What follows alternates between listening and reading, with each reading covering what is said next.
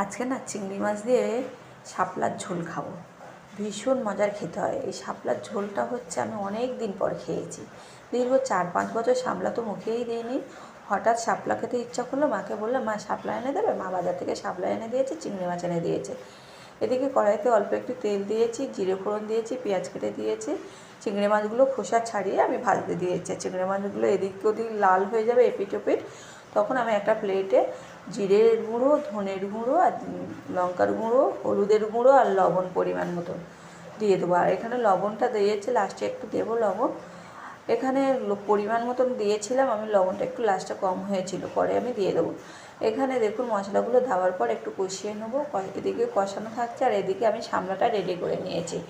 এদিকে শামলাটা কেটে একটা বাটির মধ্যে সিদ্ধ করতে দিয়েছি। শামলাটা খুব সিদ্ধ করবো না, হাফ সিদ্ধ করে নেবো। আর মশলাটা ঠিক এরকমই তেল ছেড়ে দিয়েছে। আর ওই শাপলাগুলো এর মধ্যে দিয়ে দিয়েছি।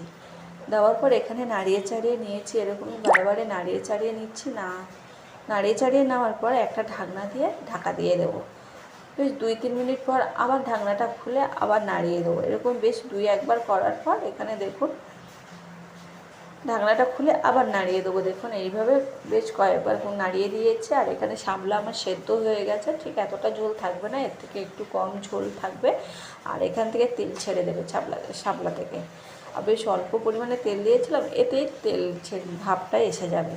দেখুন ঠিক এরকমই হবে। আর এখানে এই ভাতের সাথে না কী ভালো লেগেছিলো কী বলবো। আর লাস্টে নুনটা কম পড়েছিল, অল্প একটু নুন দিয়ে দিয়েছি। আর নুন দিয়ে একটু নাড়িয়ে দিলাম। আর পরিমাণ একটু চিনি দেবো স্বাদ আনার মধ্যে।